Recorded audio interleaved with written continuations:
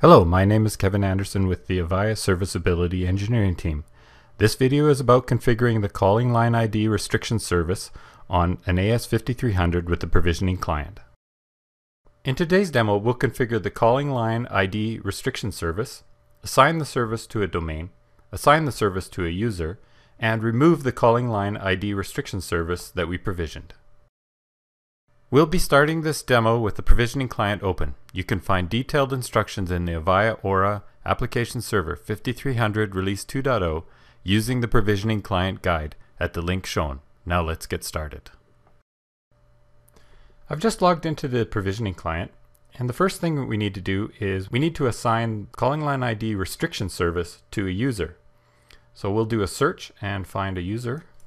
And we're just going to search the DS Auto SIP1 domain for all users. Just click on the search. Now that we have all the users listed, we'll just go into the SIP 1037 user and take a look at the services. We'll click on services, and then we'll scroll down to the calling line ID restriction service, and we'll assign that to the user and click on save.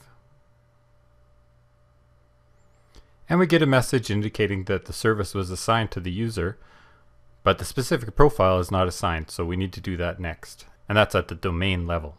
So we'll click on Services, Privacy and Security, Calling Line ID Restriction.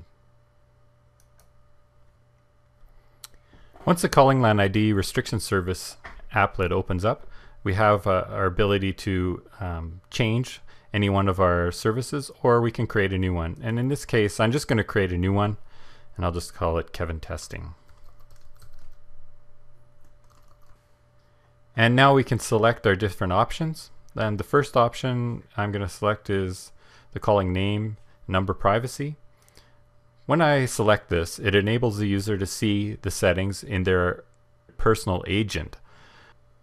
The media privacy option is only available if you have a media portal on your system. And these three options are dedicated to the web-based component of the multimedia conversation. And now that we've set up our configuration, we click on the Save button to save our profile. And we get a message indicating that the restriction profile was saved successfully. And if we scroll down, we can see Kevin Testing in the list. The next thing we need to do is assign this profile to the domain that we're interested in. So we click on Assign and Remove,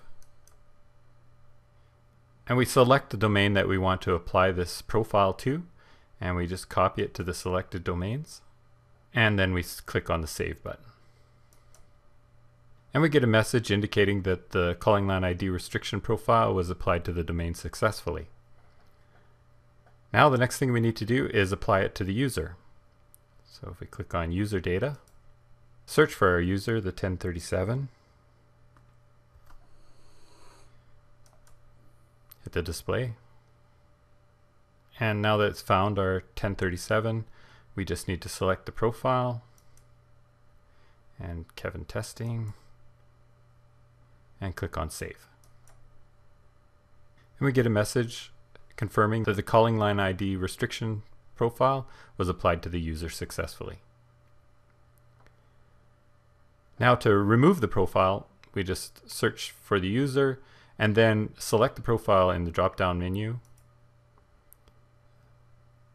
Kevin Testing, and then select Delete. And that will remove the profile from the user. And since removing is a service affecting action, we need to enter in the admin password and confirm. We get a message that the calling line ID restriction was unassigned successfully. The next thing we want to do to remove this service is we want to go to the service profile.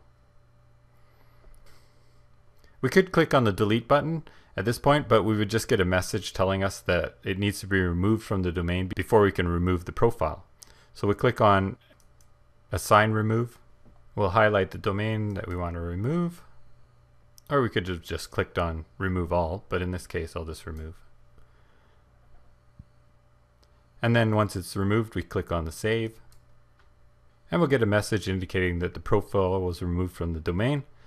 And the last thing we need to do is scroll down here and click on the delete to delete the profile from the system. Since this is service affecting, as always, we have to enter in the admin password to confirm.